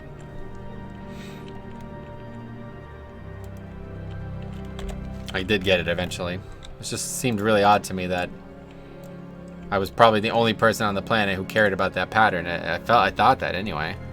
Maybe it's people buying it and trying to sell it though, honestly. That could be it. I just didn't understand how the pattern was never there.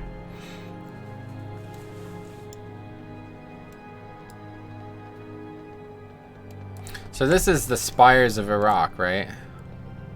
This area here. Wait, it must be more than that, right?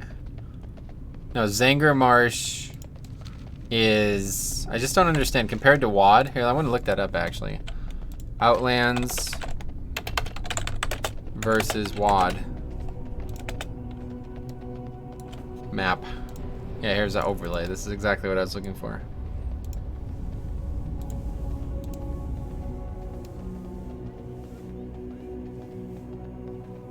So Frostfire Ridge, well, most of this shit doesn't even seem to work.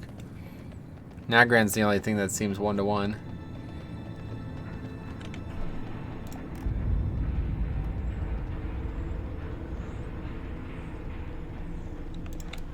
I'm having trouble deciphering what it even has here because it's... Ashran is there somewhere? Is that what? No. I see. So the white is the outline of the WoD map, and the black is the outline of the old map. It's like the zone outline. So Zanger Marsh is basically the sea in WoD. It's not actually a zone.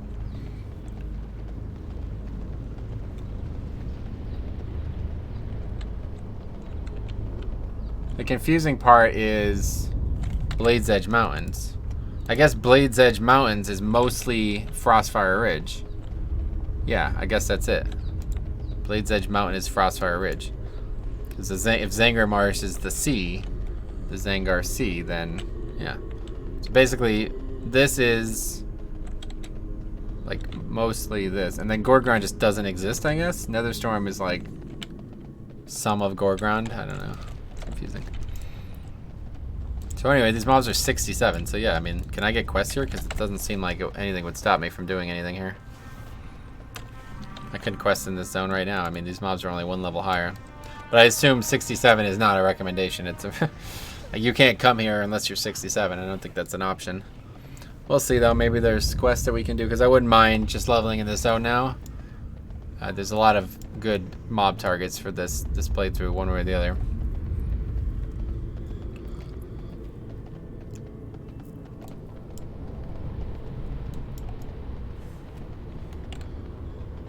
It's a pretty good, it's like a good experience zone. This zone always kind of sucked because it was harder than the other zones. But I imagine now that scaling is the way it is, I don't think that's applicable anymore. Like, I don't think that matters at all. I don't think that's a thing anymore. Borak, son of Ornok.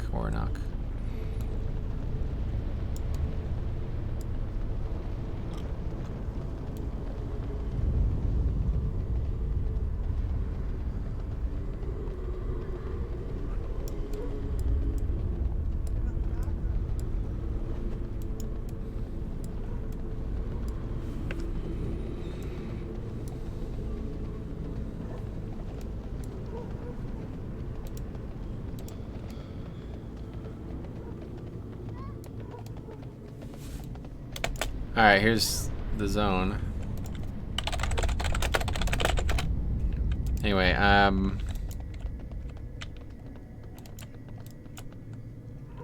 well, the innkeeper's usable. Everything has a price. Yeah, okay. If I could buy from the innkeeper, then I should be able to buy from wherever this other guy is.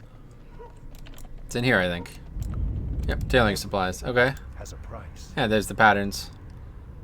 The robe. Wait. What? Where are the other pieces? What the hell?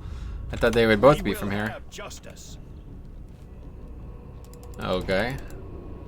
Anyway, let's see what this is. This we can make right now. If we just had the cloth, this we can make right now. So this is an easy piece to make. And that is going to be a massive upgrade to what we're wearing. Oh my god, yeah, huge. But where is the other? I'm confused. Imbued. Nether weave. What are the other pieces? Pants?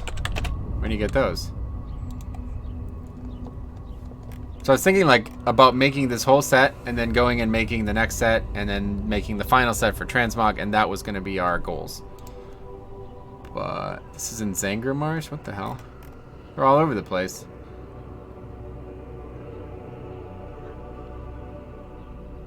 Horde has Zurai. Dark Spear Trolls. Okay, so well, let's head there. I assume the final piece is not going to be in this zone. But yeah, no quests here, so I'd imagine we're not going to be able to do that.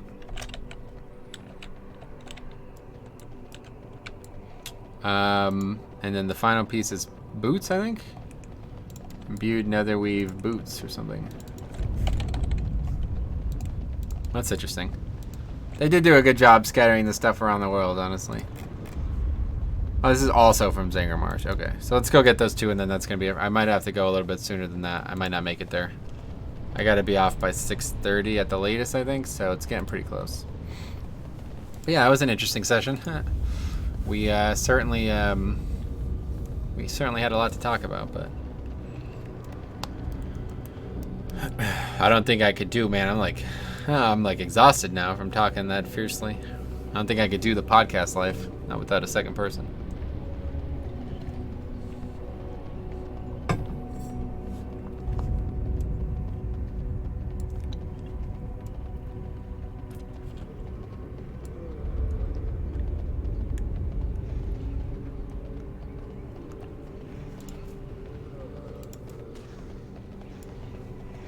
Either way, that's stuff you can't make until 60. I just put this away, but I want to look at, is there anything I can make that's worth making?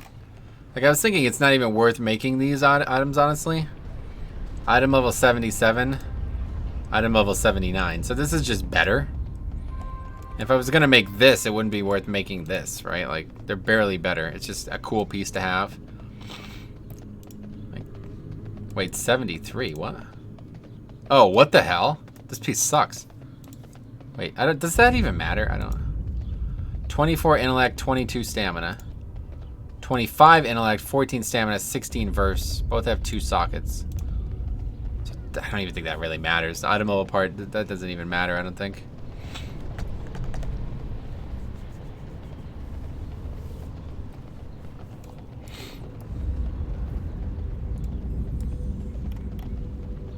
Okay, but for the next few sessions, the next time we play this, it's just gonna be leveling. Just level, get experience. Probably be in Blade's Edge, actually. Just get experience. Well, I don't know though, Blade's Edge. I don't. Oh, what the fuck is that? I don't actually know Blade's... Okay, that's not good. I don't actually know Blade's Edge, so we'll probably not do that. I don't know. We'll see, because there's fire elementals there. Let's see what other options there are for fire elementals. Primal Fire. I don't actually know where to find Shadow either, honestly.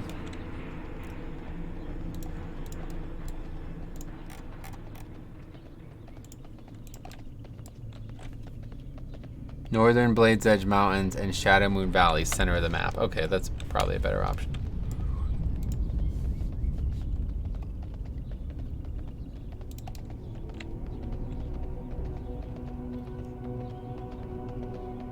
Oh, that's interesting.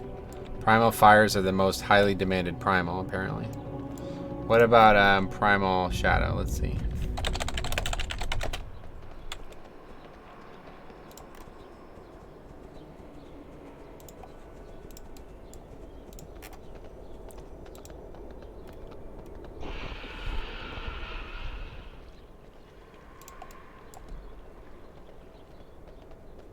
Oh, wow. How about that? Demons. All demons used to drop Primal Shadow, but they changed that in 2.1. Holy shit. That's crazy.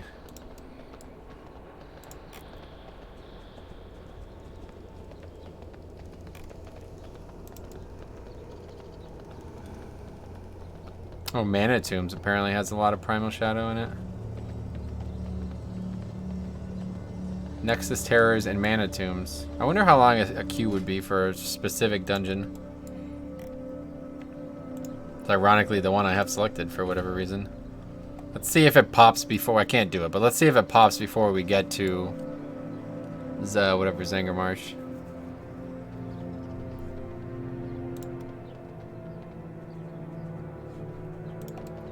And apparently Black Temple, people needed it, so that's why the market was the way it was. Not like that's relevant anymore. The best spot is actually Mana Tombs, but you can / should switch to Oshigan once you have the instance lockout. Don't forget your Bear Tartar. These are horrible to farm, even worse than other primals. If you're like me and need many of these for transmog or whatever, prepare for a long grind. They even come with a strange random drop rate for fun. What's that guy talking about?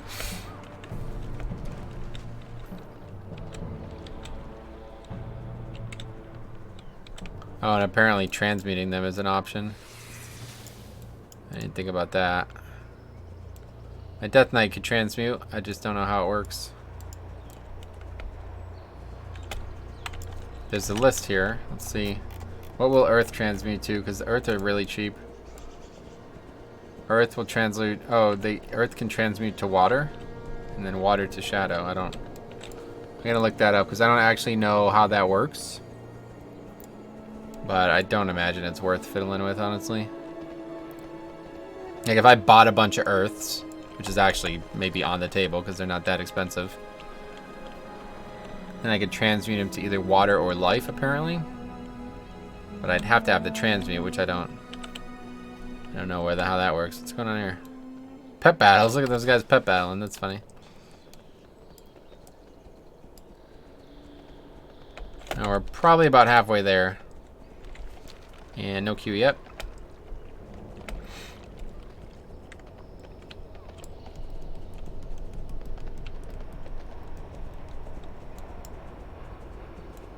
Oh, this guy, he starts all the way up here, huh? Wow. Poor.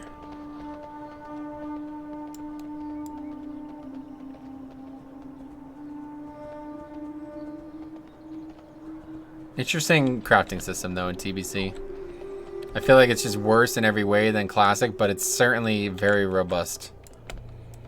Like, I don't know, the whole grinding, there's literally, like, I can't even get an answer to this. Primal Shadow grind. Farming, let's see. I can't find a single, let's see, 30 to 40 Primal Shadows per hour. Let's see what they're recommending.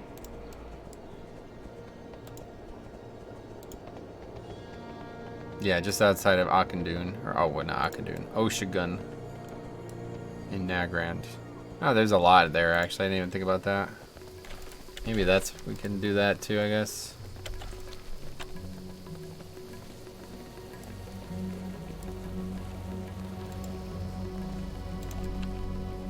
We can do that while queuing for mana tombs, maybe? Interesting idea, right?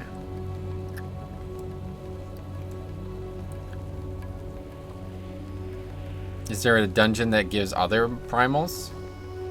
I guess maybe water might come from Underbog or something? What dungeons can we even do? Underbog and slave pens, maybe? I don't... There are water elementals in there, but I doubt they would give anywhere worth... It would not even be worth it. Yeah, like, doing dungeons isn't really something that's supposed to be done in the challenge, but I don't feel like it's against the rules, honestly. Like, I'm not going to do the dungeons to level. It's not like I'm going to sit here and AFK in the city and just do dungeons to level and get carried with 0 gear on. Like, that's not what's happening here. I'm sure I would do decent.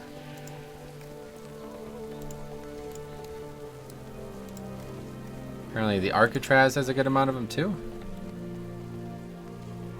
That's interesting. Hellfire Peninsula, but I don't see that being better than the Ostragon area unless it's competed.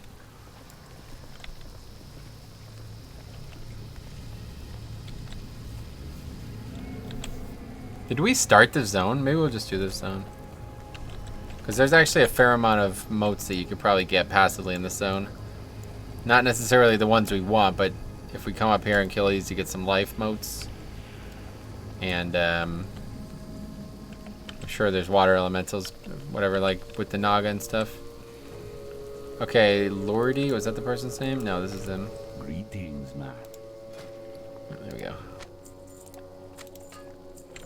Spirits be with you, man. Oh, these are 69 and 67. Oh, damn.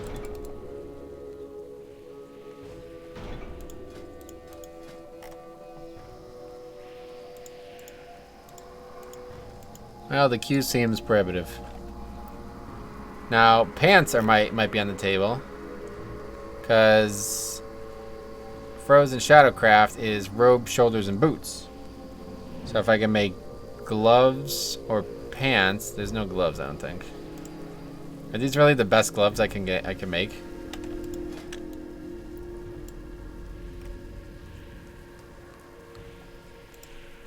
Let's take a look at what I don't have. I'd like to have more than 3 items on, obviously, before we leave. But some of them are probably going to be bad items. Okay, so we're gonna make shoulders one way or the other. We're gonna make robes one way or the other. Bracers, Black Temple, Mahigel.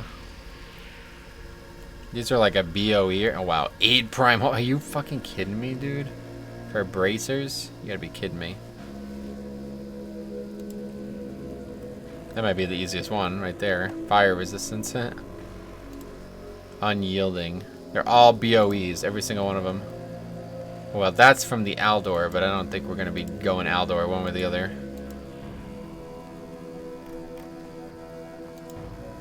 Okay, belt. We are making a belt, if I remember correctly, right?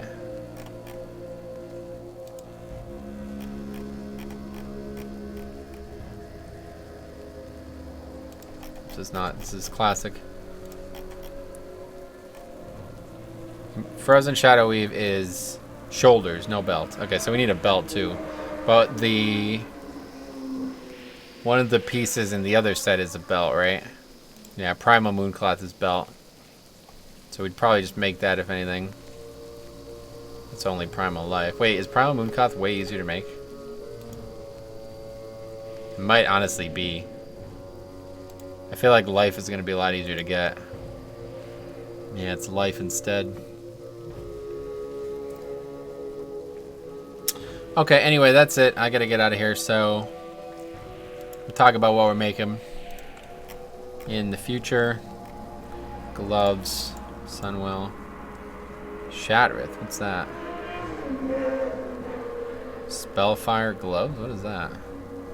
Oh, I haven't bought in the Spellfire set yet. Okay, interesting stuff. Okay, well, anyway, yeah. At worst, we just buy shit on our main. Yeah, we're gonna keep leveling. Next time we come on, we're gonna level more. We're going to try to get to 70, and that shouldn't take too long. So thanks for watching. We will see you guys in the next one, and we'll talk more about what we're doing then.